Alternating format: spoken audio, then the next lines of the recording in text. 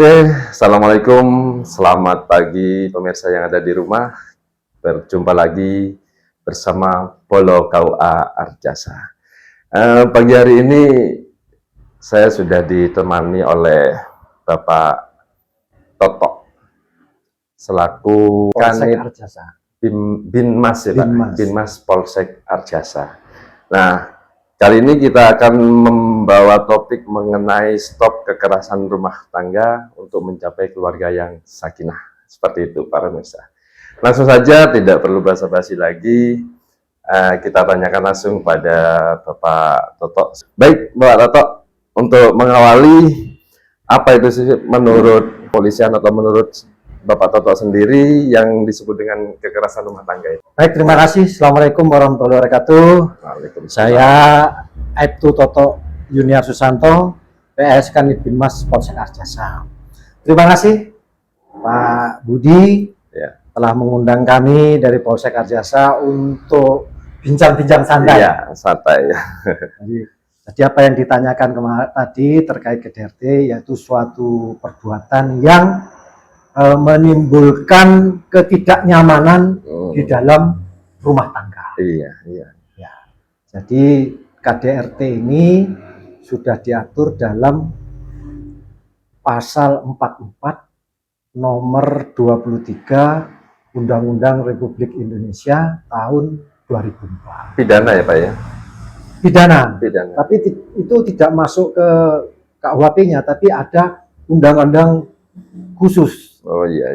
Lex spesialis namanya. Spesialis. Jadi undang-undang khusus. Kalau untuk kategorinya apa namanya kekerasan rumah tangga ini artinya apa? Hanya untuk suami ke istri atau istri ke suami atau anak ke orang tua yang sekarang kan marak Pak? Anak ya, jadi yang namanya rumah tangga.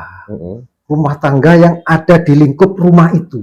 Iya. Ya termasuk istri, suami, anak, termasuk ART, asisten rumah tangga. Itu sudah masuk kategori masuk di dalam ruang lingkup rumah tangga. Begitu ya Pak ya. Kalau kekerasan di dalam rumah tangga yang melibatkan anak, itu nanti ada apa? Tambahan undang-undangnya, yaitu terkait perlindungan anak apabila masih di bawah umur. Tapi serba repot juga terkadangnya Pak ya. Iya. Ketika seorang anak masih di bawah umur tapi sudah melakukan hal-hal yang sampai melakukan yang sering kali kita mendengar berita itu bentuknya seperti apa Pak? Penanganannya atau gini, terkait di bawah umur ini, apabila yang bersangkutan masih kategori usia di bawah umur, itu ada dua tindakan Pak. Jadi tindakan satu ini apabila kasusnya itu tidak terlalu fatal atau menurut KUHP masih bisa direstorasi justice, itu dikembalikan ke keluarga. Yang kedua, apabila yang dilakukan itu masuk pidana berat sehingga menimbulkan luka berat bahkan sampai kematian, itu masuk ke lapas anak Pak. Nah, jadi pidananya itu pidana nanti ke lapas anak. Jadi ada lapas tersendiri, bukan digabung dengan lapas-lapas umum yang ada di tempat-tempat yang sudah ada ini. Kalau hukumannya sendiri, kalau untuk yang anak di bawah umur itu apa sama Pak? Hukumannya apa? 2 tahun, 5 tahun dan bisa lama atau bagaimana? Itu tergantung dari perbuatannya. Ya jelas tidak sama sih. Jadi ketentuan hukumnya itu tidak sama dengan orang dewasa. Ada apa? Ketentuan khusus terkait tindak pidana yang akan dijatuhkan kepada si anak tersebut apabila betul-betul terbukti. Ya, nah ini lagi Pak. Sebenarnya dari antara apa namanya kekerasan dalam rumah tangga itu penyebabnya itu apa Pak? Begini Mas. Jadi pengalaman kami di Polsek Arjasa yang paling banyak itu satu. Ada yang paling banyak, yang paling dominan yang kami terima laporan KDR itu ada 2. Satu akibat pernikahan dini atau pernikahan belum cukup berarti mental masih kurang ya. Terus yang kedua perselingkuhan. Oh, pihak ketiga. Iya, pihak ketiga. Nah, yang paling banyak ini yaitu tadi pernikahan dini di bawah umur. Di bawah umur. Nah, tahu sendirilah.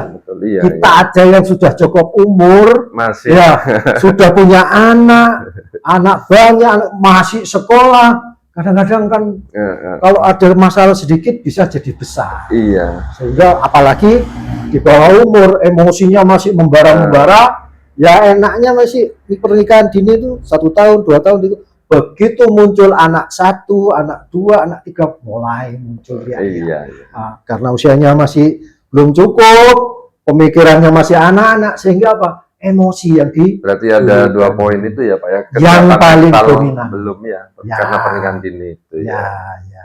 Kalau dari hasil kekerasan itu apa namanya untuk peran kepolisian sendiri Pak untuk mencegah adanya kekerasan rumah tangga itu?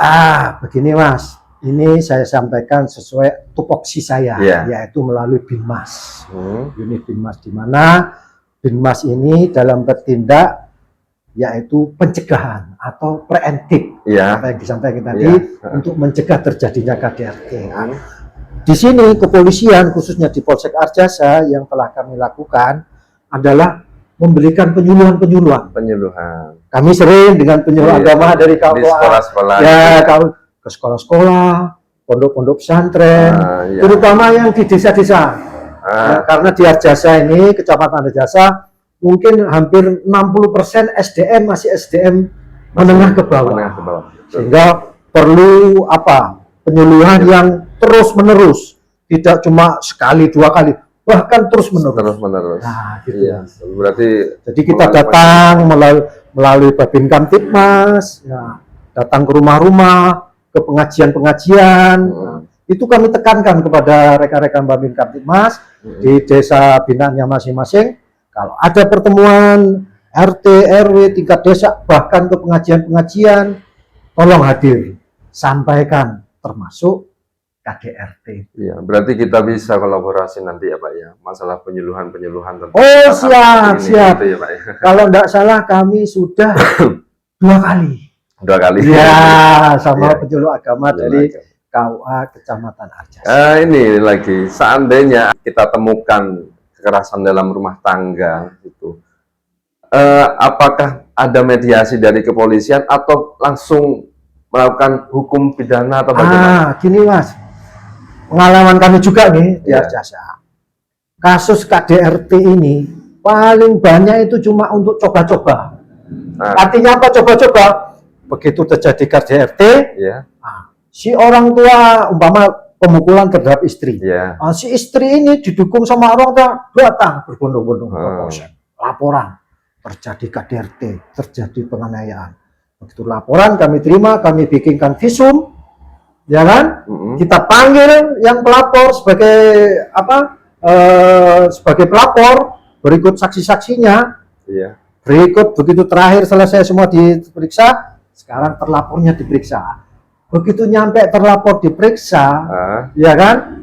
Ini pihak istri kadang-kadang memohon-mohon Pak ke anggota reskrim untuk membatalkan mencabut laporannya. Jadi di sini polisi ini cuma buat weden-weden. Iya.